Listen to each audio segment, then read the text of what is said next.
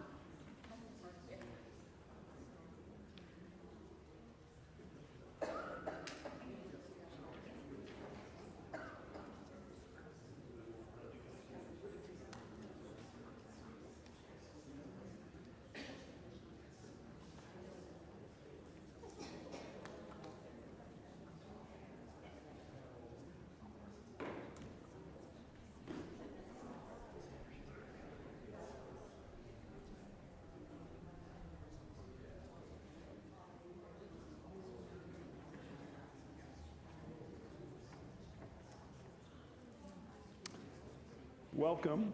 Testing. Tim, can you hear me back there? A little louder, Tim? There we are. Very good. All right, excellent. Welcome again. My name is Ed Lee, and I've been a member here probably 34 years, as my son is turning 34 this year. I want to welcome everybody to our Joyfully Building Together, and I am the chairman of the Building Construction Committee. And before we begin, I'd like to just go ahead and ask Pastor Richard to give us a prayer. As we do in every one of our meetings that we meet with, we like to open with prayer and get us reset. Pastor Richard. Okay, the Lord be with you. God, we give you thanks for this time and for one another.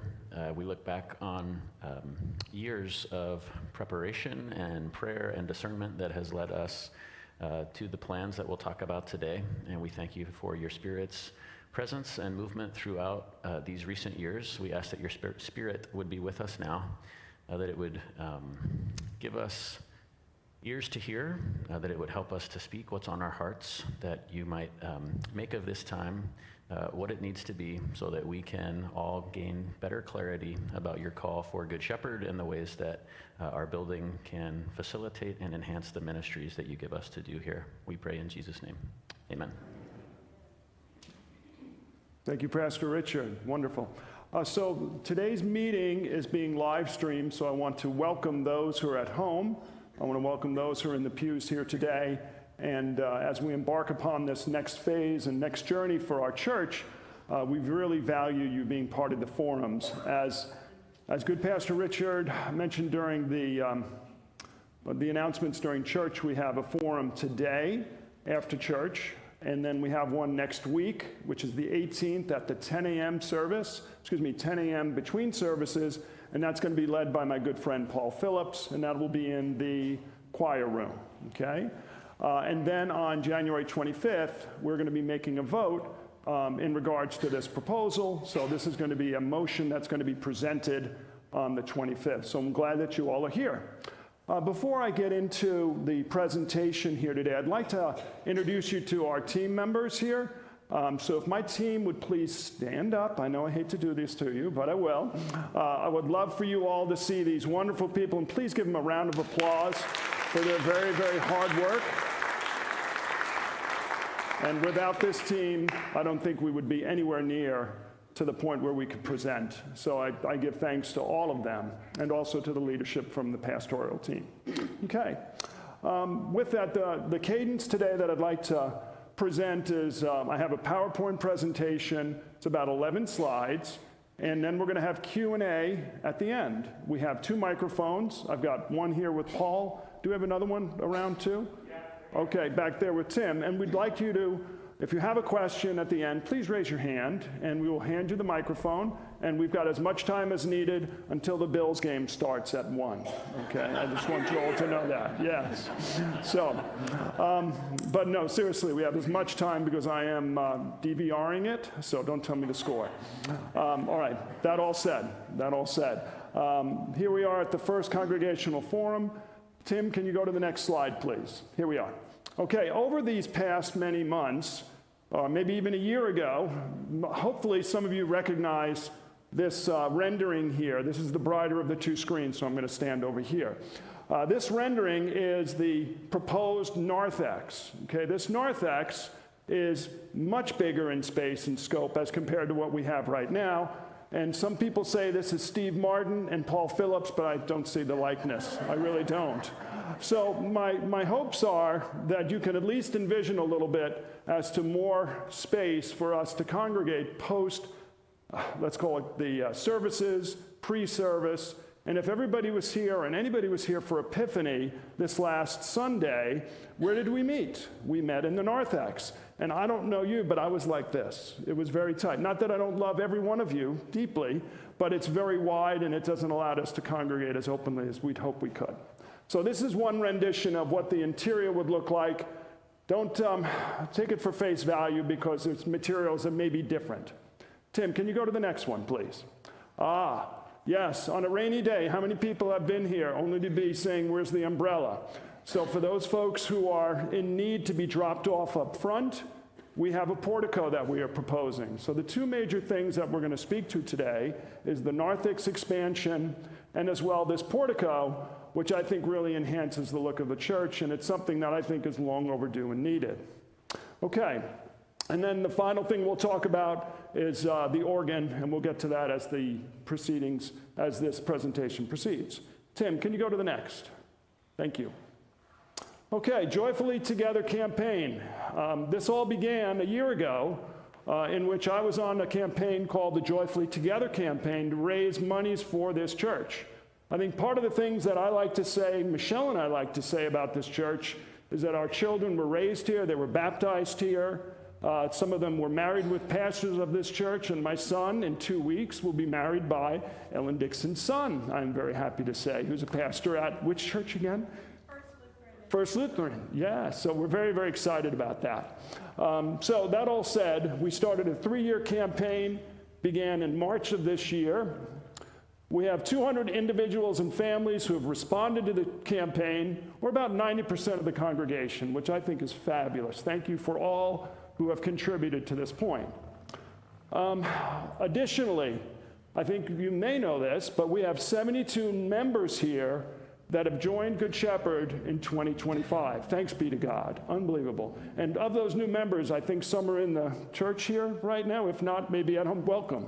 Welcome to those who have joined. And I think it's a testament not only to our pastors here and vicars as well, but it also to the congregation itself. We have a very warm, loving environment, and one in which that I think 72 new members are really going to help us grow. Over one of the other next bullets I like to point out, what have we received to date from the campaign? So as of last week, it's about $815,000 received by the end of December. So again, thanks be to God. I think that's a wonderful number to begin this campaign. Notices, one thing I will mention is one planned estate gift of $250,000, which is not included in these numbers, will happen later on in life for this particular family that's gifting it to this campaign. So we give great thanks to that as well. We continue to see commitments, and I'm just going to point to this real quickly. By the way, this presentation will be available to all. Will be available to all. We don't have it in printed form, but we will have it electronically available for those who would like it, okay? So, phase 1 was presented on the Joyfully Together campaign, you may recall.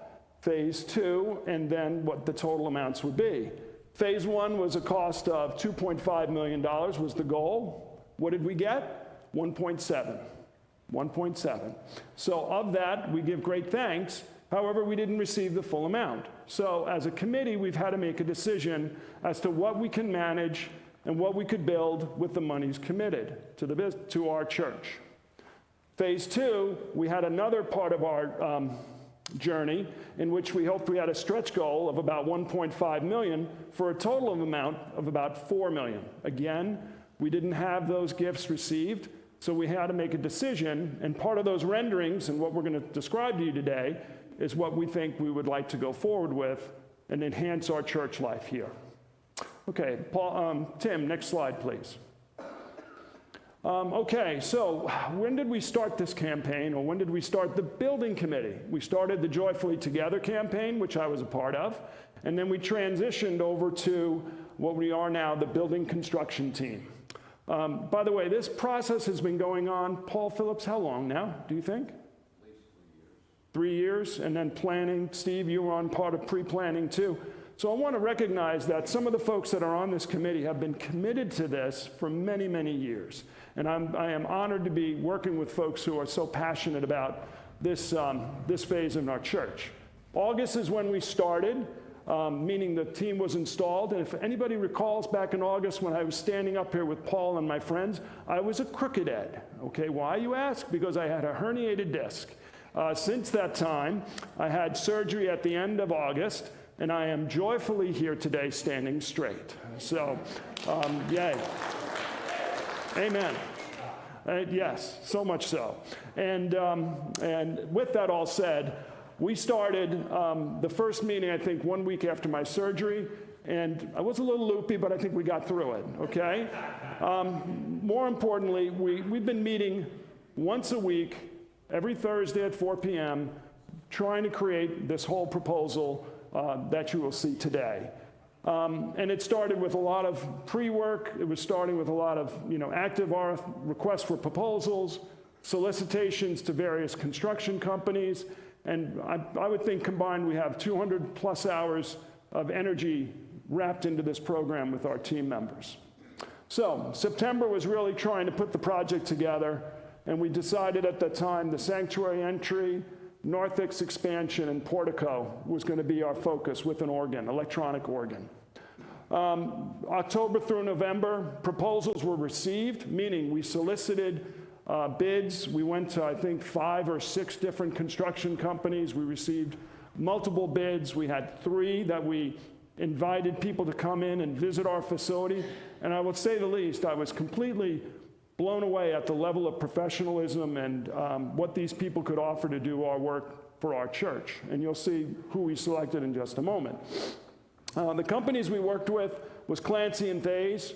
Clancy & Thays is a local construction company that did our niches here recently, maybe 2 years ago, was it, Pastor Richard, or thereabouts? And so we've had experience with them, went to Beam Construction, and then New Atlantic. And New Atlantic was chosen based on many things, and we have a slide that we'll speak to shortly about that.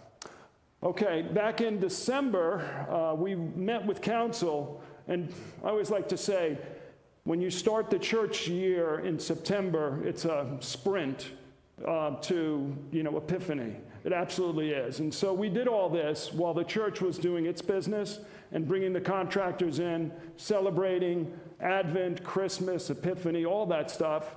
And so we felt urgency to meet in December with congregational leaders. Thank you to Aaron, thank you to Ellen and the rest of the council. So we made recommendations to them, and so here we are today. Next, Tim, if you would. Okay, why New Atlantic? The reason why we chose New Atlantic is that they really fit the mold for churches, community building, public schools. They work currently within Wake County, and I think I'm going to pass the mic over to my friend Paul Phillips here. Paul, would you talk a little bit to New Atlantic and why we came to that? Thank you, Paul. Yeah, is it working? Yeah, sure. New Atlantic has got about 60% of their business right here in Wake County, even though they're a company that's located in Winston-Salem. They did some work for Augsburg Lutheran Church, renovation work for Augsburg in Winston-Salem, and we viewed that, and what they did was magnificent. And Pastor Richard could talk to it more if you'd like to talk, but you actually did your internship there, I think, didn't you? Yeah. And so they did a beautiful job. They've also built brand new churches, facilities across the state. They work extensively with public school systems.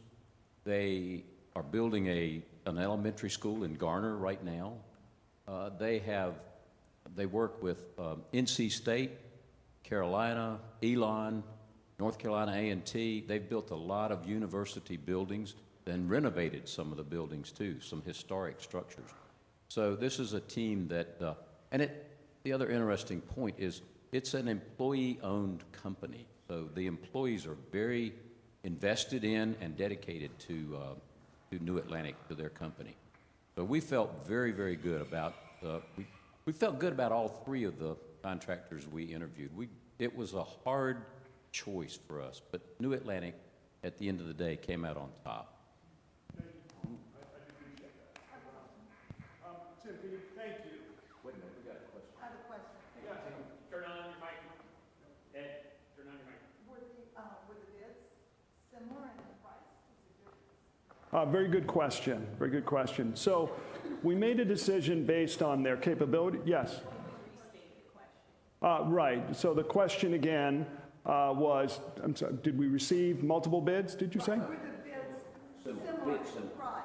Right. Were the bids similar in price? Yeah, very good. Very good question.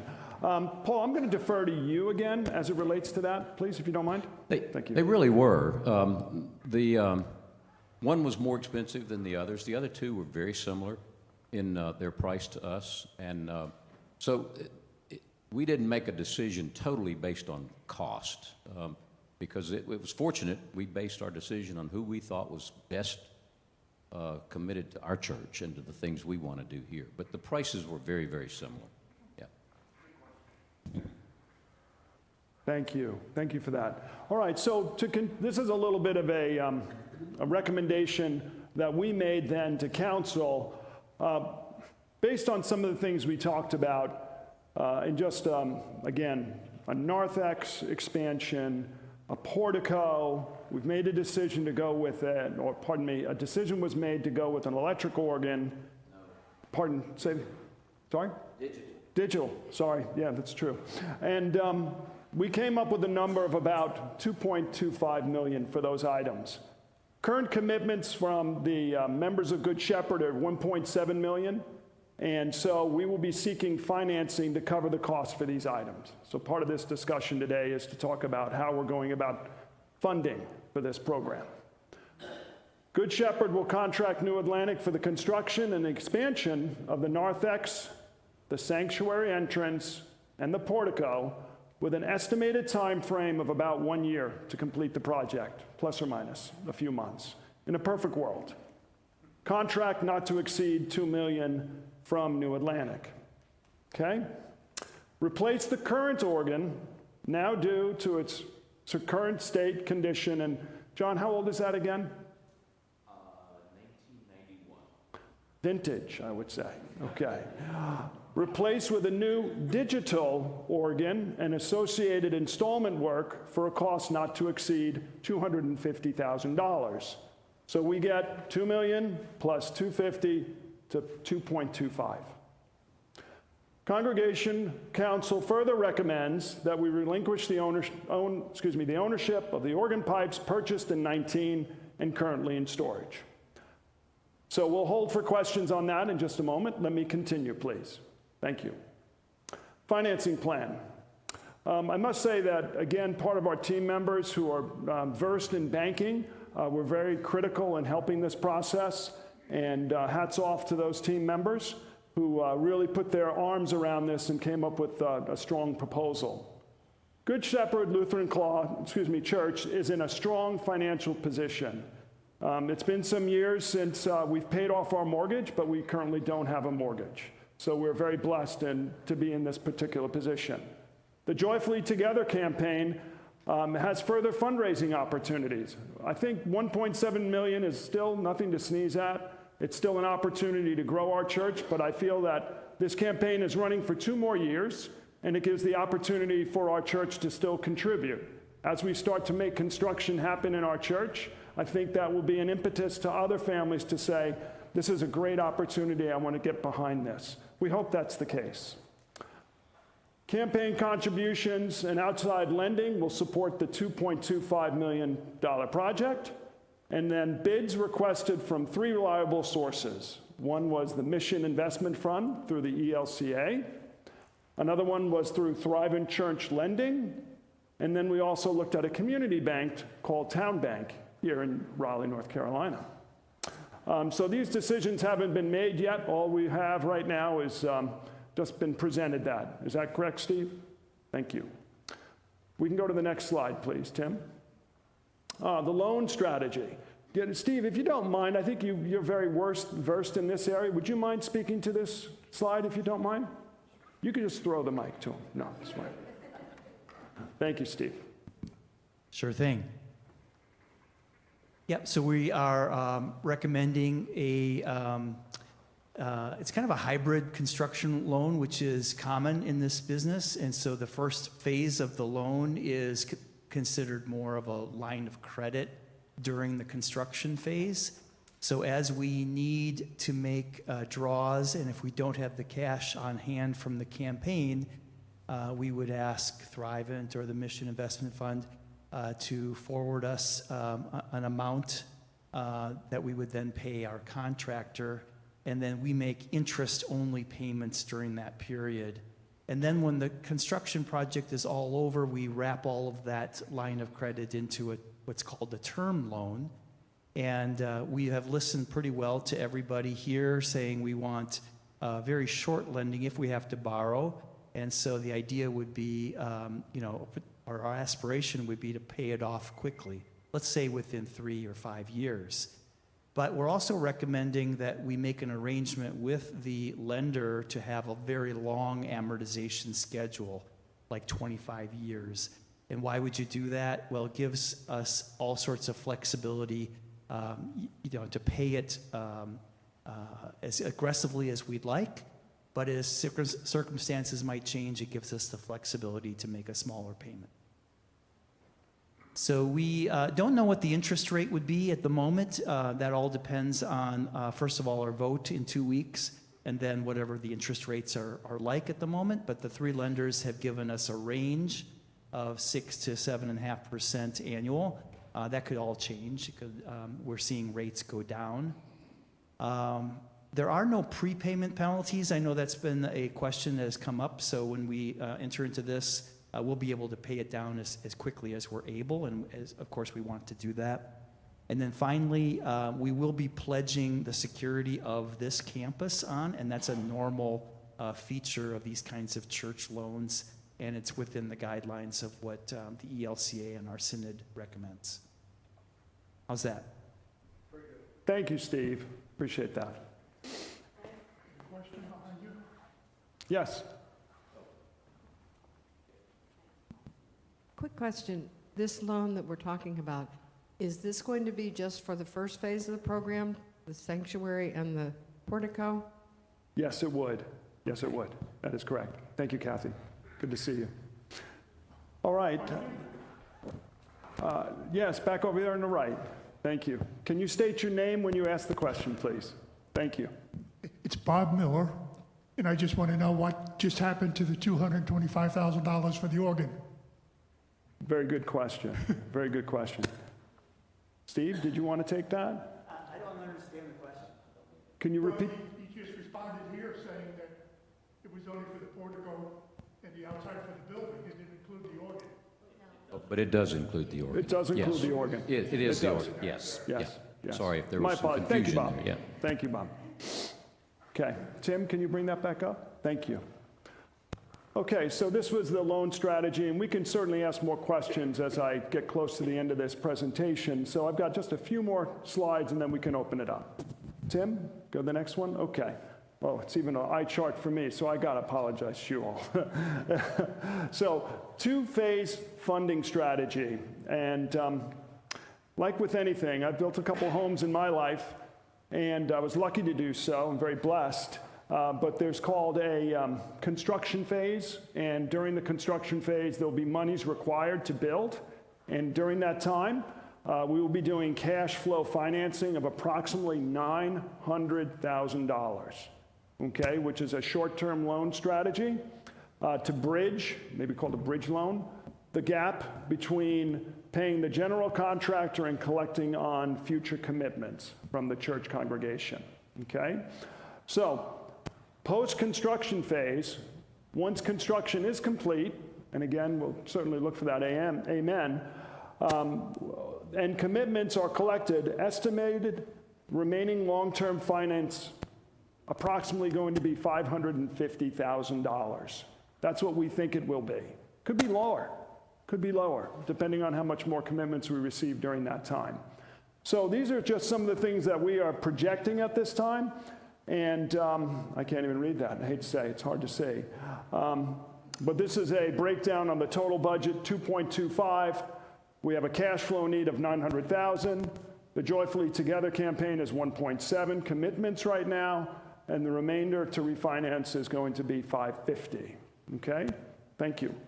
Tim, next one. So in front of you is now the motion for congregation vote on January 25th, 2 weeks from today, and I will read it to you. The council recommends that the congregation of Good Shepherd Lutheran Church approve the Joyfully Together building project as currently presented and authorize the following actions.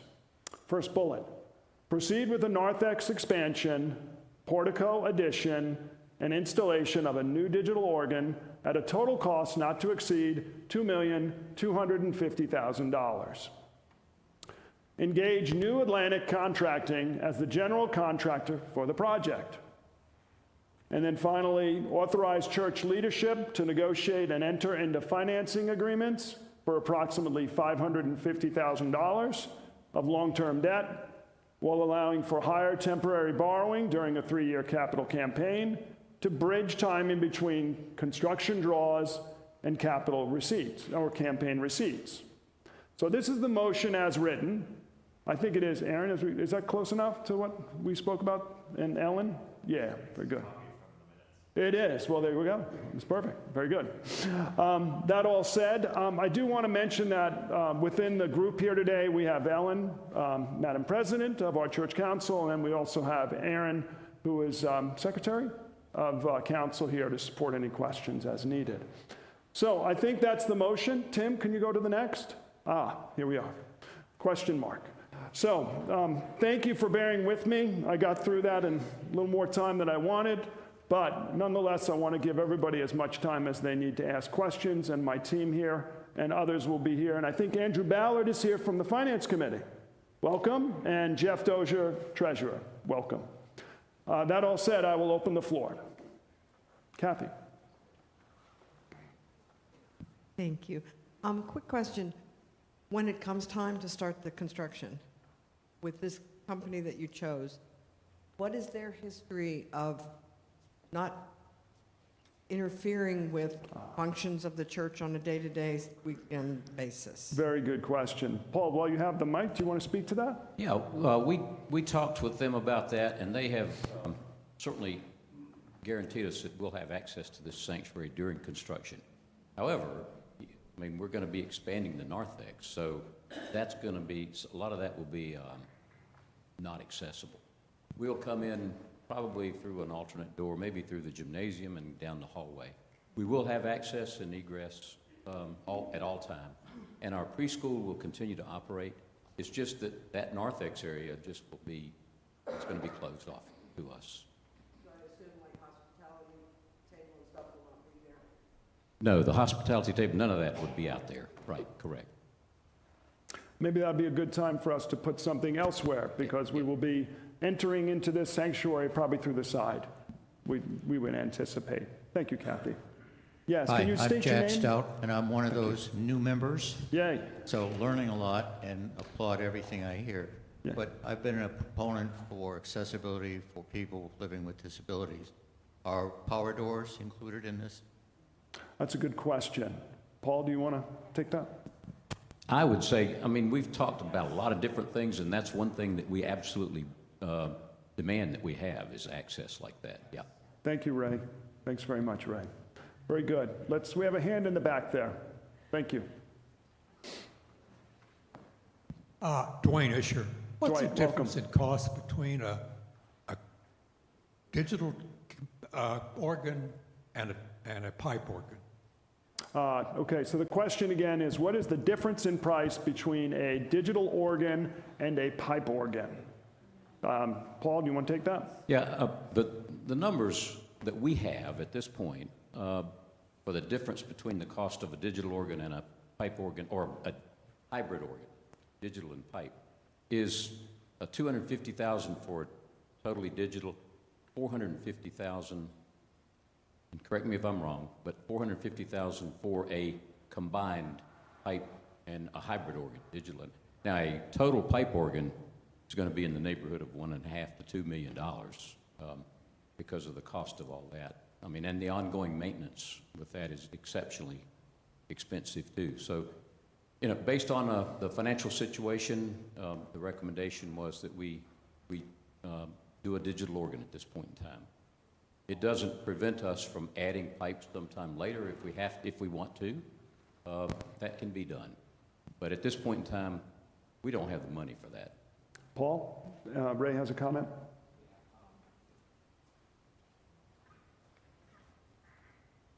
Correct me if I'm wrong, but that's the raw cost of the organ. There would also have to be some construction work that will be less extensive with the digital organ only, so it bumps up even higher. That exact number is not exactly clear since we didn't spread it out. Yeah, very good. Thank you, Ray. That's a good, if you recall, months ago when we presented the campaign, we showed some renderings that included modifications to the front, the hide pipes back here, and it was an extensive amount of renovation that would be required. And we're not there right now. That can always be done in the future. And so we don't know what the future holds. We do know where we are right now. Yeah, very good. Thank you, Paul. Further questions? My name is John Chaplinsky. I have a number of questions, if I'm... John, welcome. So this financing is going to add a burden to our operating costs. What is that, and what programs are we going to have to give up based on our current level of giving? First question asked by John is, this new debt could potentially affect the budget, and is it going to be affecting any programs within the budget? Is that correct, John? Yes. Okay, so I'm going to defer to our friends at council, since they're the ones that are presenting that. And so Ellen, did you want to speak to that at all? Thank you, John. Well, it is our hope that as we are continuing to grow as a congregation and continuing to support this, that we will step up to that challenge and not have to cut any programs. As you know, like over the past year, we've been able to add back in the vicar, and we are moving with this 2026 program to having a full-time vicar. I mean, our church is growing, and we are stepping up to support the programs that we'd like to see. And I just have faith that we will continue to do that. Making the amortization be over 25 years gives us a lower payment, gives us an option if that we have difficulty in a year or two, that we have the ability to make a lower payment. But we believe that we'll be able to get the support we need to keep that payment such that we can pay it off in 3 to 5 years. There's a question from Jeff Dozier, and then we'd like to pivot Wait a back minute. to John. Did you have other questions, John? Okay. Yeah, the treasurer, right? Thank Actually, you, don't John. have a question. I have a bit of an answer to John, elaborating on what Ellen was talking about. So the last several years, we've been averaging about a 2% increase in budget year over year, which works out to be, $25,000-ish per year. The mortgage that we're discussing here, $550,000, we don't know what the interest is going to be yet. That's an unknown. We don't know exactly what our shortfall will be. It's about $550,000, but we don't know exactly. But if you do the math of a mortgage, even apart from any additional fundraising that we are hopeful for, if you do the math, it breaks down to about $40,000 to $50,000 a year mortgage payment. I don't think anybody in the room wants to go back to a mortgage. I don't want to go back to a mortgage. We've gotten rid of our mortgage a couple of years ago. We all celebrated that. We don't want to go back. But, this is sort of where we are right now. Could we afford a $40,000 to $50,000 added cost? In the context of adding $25K a year every year, all of a sudden adding 50 over the course of a couple of years doesn't sound that unreasonable. Now, it might mean that there are other new things that we can't do just yet, but will we have to give something up? I'm actually hopeful that the answer to that is no. Does that make sense? Again, I just wanted to understand where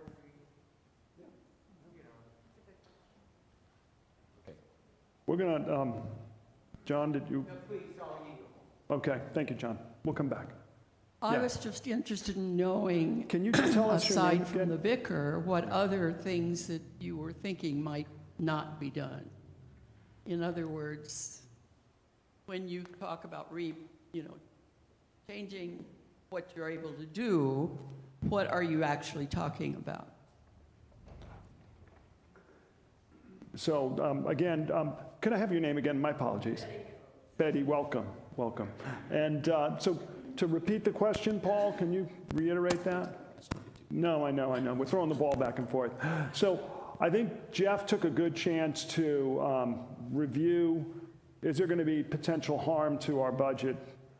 Don't think so. I think we're trying to make a good decision as a congregation to move forward and not burden the budget so as we're going to sacrifice these programs.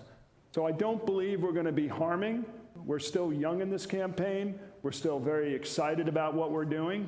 And we're hoping by the time we need to go out for 550, that may not even be there. Amen. Let me just add, for what it's worth, the mortgage that we just completed in, 2021, we were paying almost $250,000 a year. And that, $17,838 a month. That's a lot of money, and we're not getting anywhere close to that. Yeah. Okay, in the back of the room, please. Oh, John's going to jump. Yeah, John, thank you, John. Thank you. Hi, I'm Kathy Hart. I've one question. Assuming the proposal passes in 2 weeks, when do you envision this all to begin? When are they going to start tearing down our building and rebuilding? A good question. I think they would have liked to start it yesterday. However, in this process of protocols, we need to go through the congregation to get an approval. It so happened that the good council and the good pastors decided to coincide this campaign with a vote, and we're jumping in. So post approval, we hope. We would anticipate that February papers are signed, drawings are put together. We have to work through the city to get approval. Ray knows quite much about that. And I don't anticipate anything to happen until maybe summertime. So end of the church calendar year per se, get into June, July, August, then we'll start to see things happen around here.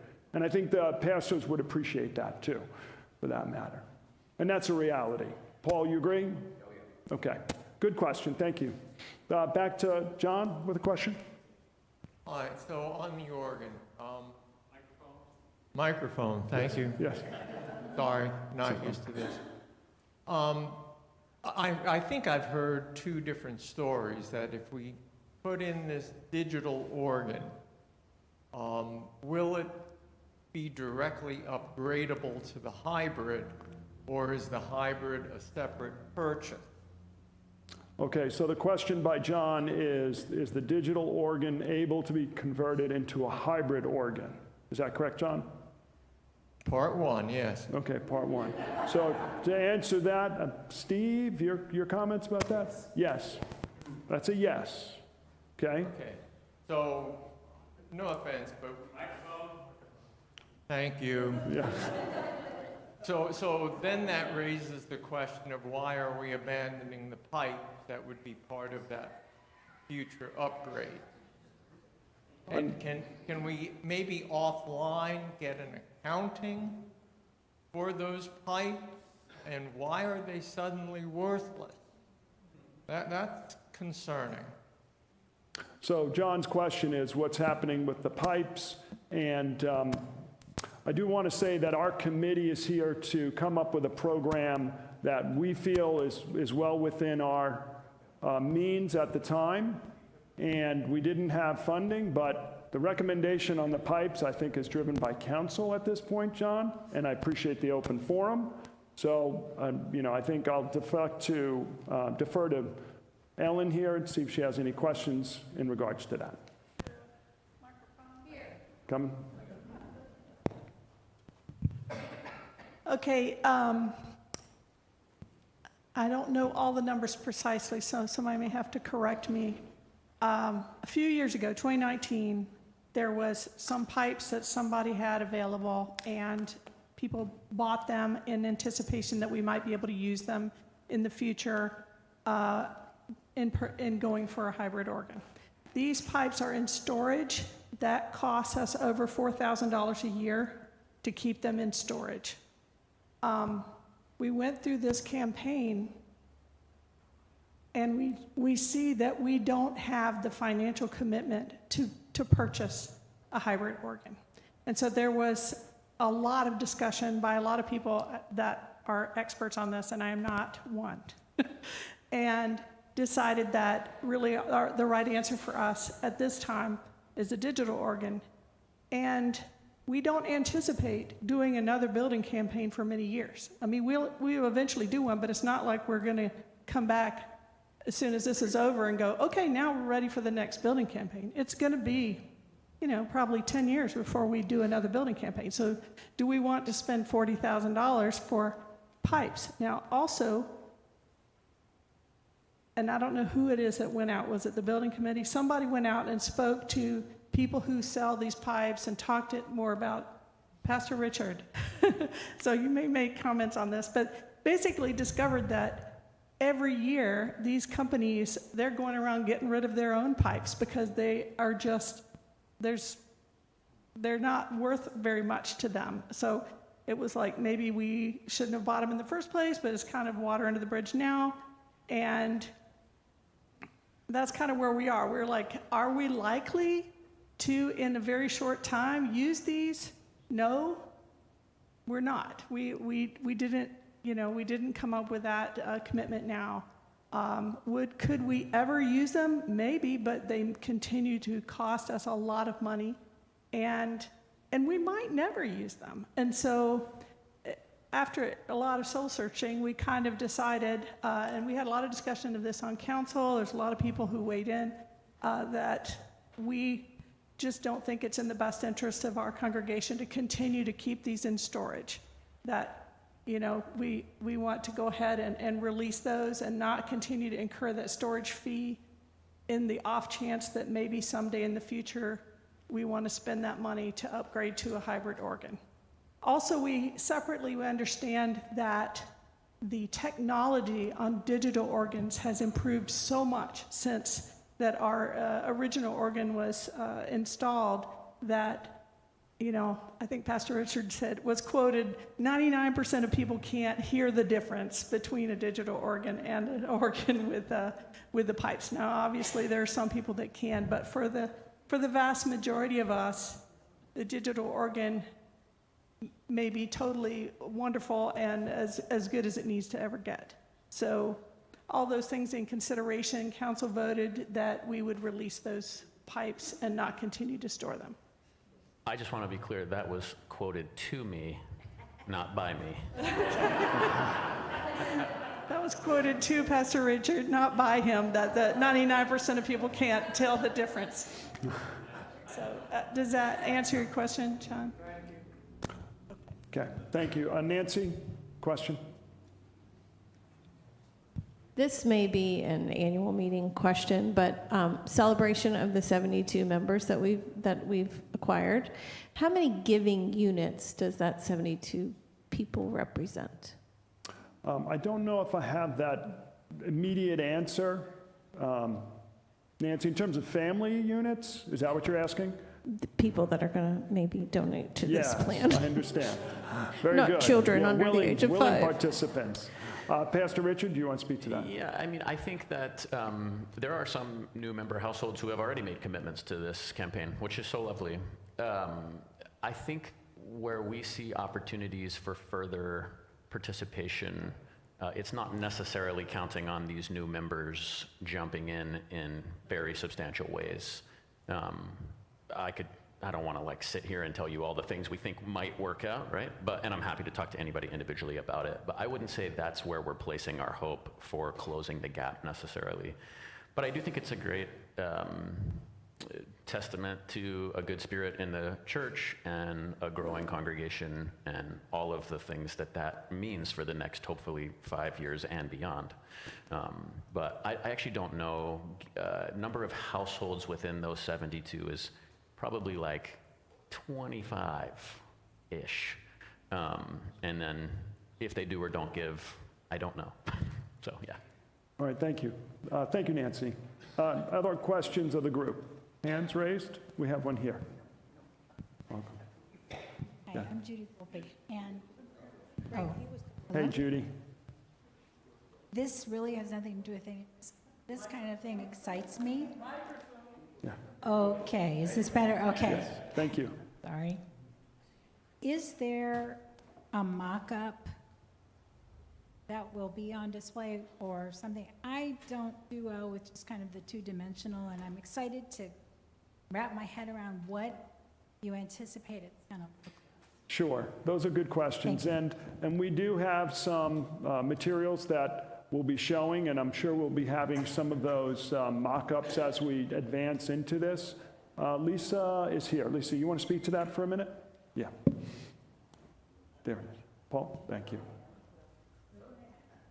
There will be more with the design development. These are conceptual drawings that we have, and we should have really drawings that give a lot more detail coming up. We may have a model. I don't know what the plan is from the architect. Right, good question. We're going to be going through a design architectural phase of this campaign. So what we're showing you were renderings that were created, 18 months ago, Paul? Right. And those renderings were best choices at that time, and then we presented those to the construction teams or the contractors to come in to build, and they said, yeah, we could do that, but they're going to put their own spin on it and change it slightly. But we're encouraged of what we anticipate, and we're excited to share that with everyone. We are. And yes. Anytime you want to see the drawings that we do have or information, there's a section on the Wittenberg wall, so on the bulletin board out here. That's all there, and there's a link in every Friday Faith Prints. Awesome. Yeah, so you can look at the documents and the drawings whenever you'd like to. Yeah, there's been a lot of work with an architectural committee or an architectural group out in Winston-Salem, I forget where they were, but that was done with a committee prior to me, and I've been blown away with the rendering, so I am very excited about what we're going to see going forward. Other questions, please? Yes. Does the remodeling of the narthex include the glass wall here? Yes. We're looking at options on what we can do here. There are issues around that because of fire code, and we've got to get that all sorted out with the city. But our goal is to have a glass, some sort of a glass partition wall there. But again, we haven't met with the city yet about that. We've talked to the architects, and they've told us, yes, we think we can work that out. So. Good question. Thank you. Another question. I saw an arm over here. Oh, Royal, Pastor Royal, Emeritus. You're not a preacher. Never give a pastor an untethered microphone. I want to go back to the pipe organ for just a moment, or the digital organ, or the organ generic. Thank you. First of all, I want to say this congregation has probably the finest music leader and program that I have ever either been associated with or seen.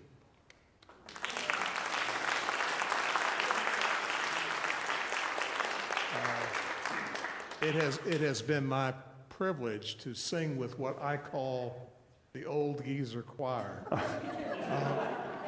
which is a bunch of fine saints who are not past it, but certainly in another arena of life, and certainly have a lot of wisdom about that. But to watch John at work day in and day out when we've been together has been a real privilege to see, and I think that's a great joy, and you've just celebrated it. One of the things that draws skilled and talented musicians to any place is the equipment.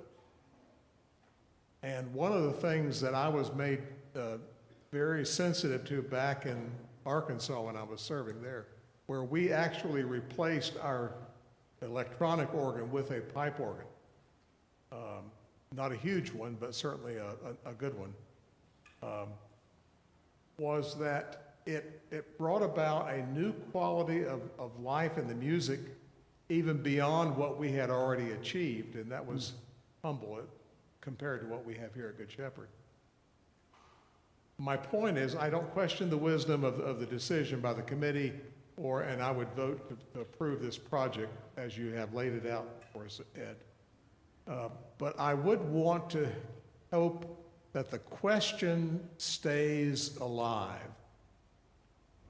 Are there any saints or group of saints in the congregation who might see this as a project they want to take on to fund in some future years down the road?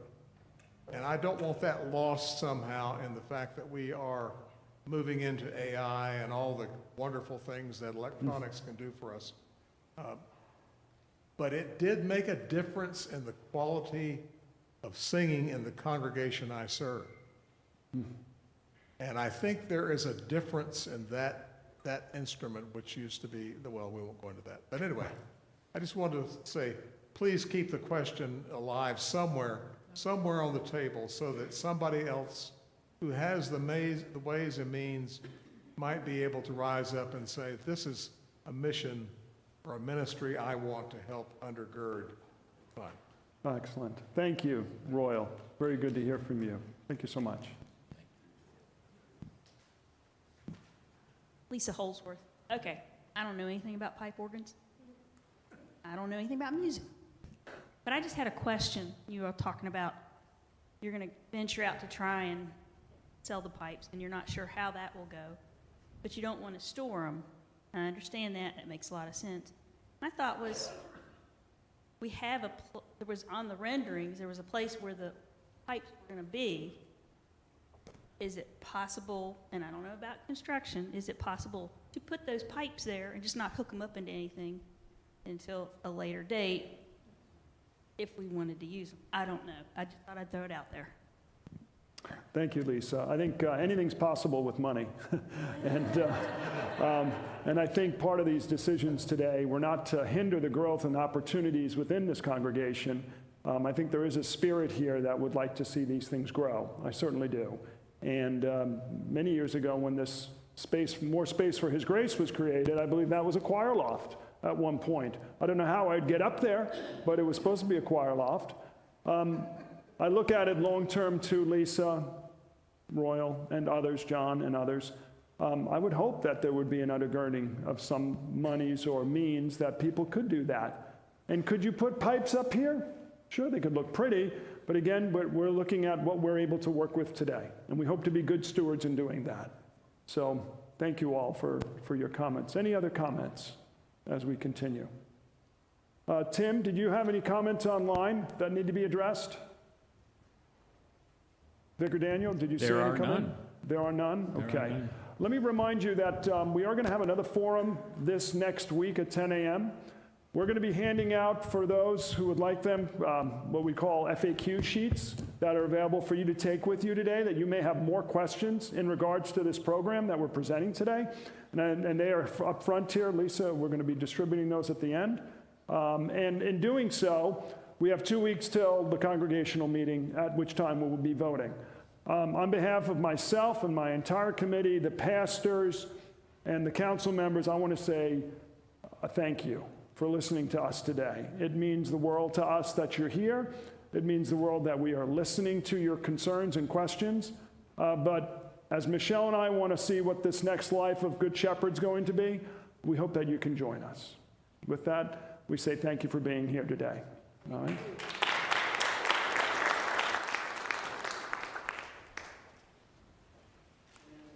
Lisa and the pastors will have handouts for those who would like those at the back entrance. Thank you.